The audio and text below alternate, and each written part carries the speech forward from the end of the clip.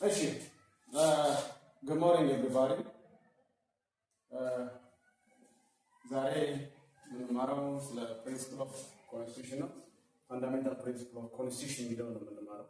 ባለፉት ሳምንታት ኮንስቲቱሽን ምንድን ነው የሚለውን አይተናል። ያው ኮንስቲቱሽንን ፎር ዘ ሴክ ኦፍ ሪቪዥን ኮንስቲቱሽን ኢዝ ዘ ፋንዳሜንታል ሎው ኦር ደግሞ ዘ ሱፕሪም ሎው ኦፍ ዘ ስቴት ብለናል። የአንድ ሀገር የበላይ ህግ ነው። የሀገሪቱ የበላይ ህግ ነው ማለት ነው። አንድ ሀገር የሚተዳደርበት ህዝቡ ተስማምቶ ወስኖ መተዳደሪያ ነው ብሎ ያጸደቀው ያ ህግ ኮንስቲቱሽን ብለን እንጠራለን ማለት ነው። ፋንዳሜንታል ኦር ደግሞ ሱፕሪም ሎው ኦፍ ዘ ስቴት። ከዛ ባሻገር ምንድነው ለማውራት የሞከርነው ኮንስቲቱሽን consists of certain constitutional or fundamental principles. ያንዳንዱ ህገ መንግስት የራሱ certain constitutional principles አሉት ማለት ነው። እነዚህ ለምሳሌ constitutional principle ብለን የምንጠራው ደግሞ the principle of constitution ብለን የምንጠራው አንደኛ popular sovereignty ማለት ምንድነው? the peoples are the ultimate source of power ብለን የምንጠራው the ultimate source of power ያ ማለት ህዝቡ የስልጣን ባለቤት ነው ብለን የምናወራው ሁሌም ምንድነው? popular sovereignty ነው። the people, the ultimate source, the supreme source of power is the people.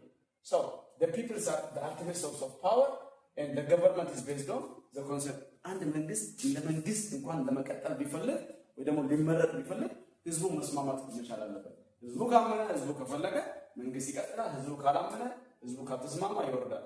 ምክንያቱም ህዝቡ የስልጣን ባለቤት ነው። የስልጣን ትልቁን የሀገሪቱን ስልጣን ኮንትሮል የሚያደርገው ማለት ህዝብ ነው። this is what is called popular sovereignty. ሌላው limited government. This is one of the fundamental principles of the constitution. ህገ መንግስቱ መሰረታዊ መርህ ነው። limited government መንግስት ስልጣኑ የተገደበ ነው። ያ ማለት the power of the government must be limited by the constitution. የመንግስት ስልጣን የተገደበ ነው። መንግስት ስልጣን አለ ብሎ የፈለገውን ነገር ማድረግ አይችልም። ምክንያቱም ይሄ የመንግስት ተግባር ፋንክሽን ይሄ ነው ተብሎ clearly stated on the constitution. So the government power should be limited by the constitution, or it means it should act according to the power and function given it by the constitution.